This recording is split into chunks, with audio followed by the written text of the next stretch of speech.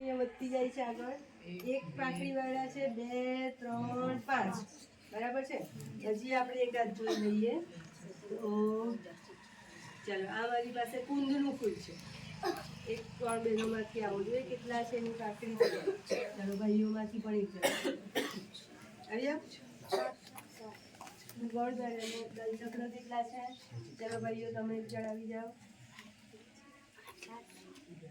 કેટલા છે એની અંદર? 7 પાંખડી છે એની. કેટલી છે? 7 દલચક્ર છે. જો એક તારામાં કેટલી છે? એમાં પણ 7 છે ને. 1 2 3 4 5 6 ને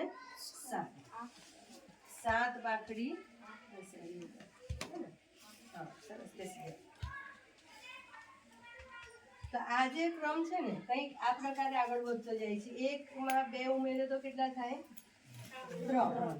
3 ની અંદર આગળની સંખ્યા ઉમેરો તો કેટલા થાય? 5 ની અંદર આગળની સંખ્યા ઉમેરો તો કેટલા થાય?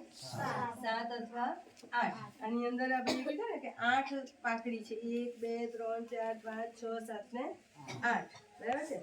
હવે એ 8 ને 5 કરો તો કેટલા થશે? 13 પાંખડી વાળા પણ પુષ્પ હશે. આ ફિબોનાકી સંખ્યા કહેવાય. કેવી કહેવાશે? ફિબોનાકી સંખ્યા. એટલે મોટા ભાગે તમને આ બધા જ આસુદના ફૂલ છે. અને કેટલા દલચક્ર છે? 5.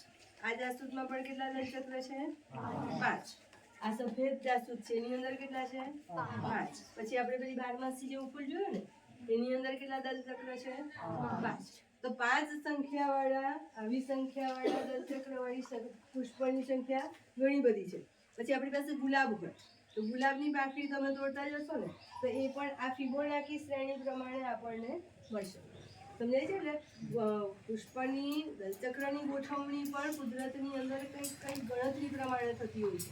તો હવે તમને જ્યારે જ્યારે નવા નવા પુષ્પ જોવા મળે ને તો એના આમ દલચક્રની સંખ્યા ગણી જશે. 5 છે, 7 છે, 8 છે, 13 છે. કોઈક એવા પુષ્પ હશે તો એના 13 પણ હોઈ શકે. બરાબર છે. તો આ થયું દલચક્રની સંખ્યાની જે ગણતરી છે તે ફિબોનાકી શ્રેણી પ્રમાણે થાય છે. આ શ્રેણીને ફિબોનાકી શ્રેણી કહેવાય. બરાબર. આટલી માહિતી તમને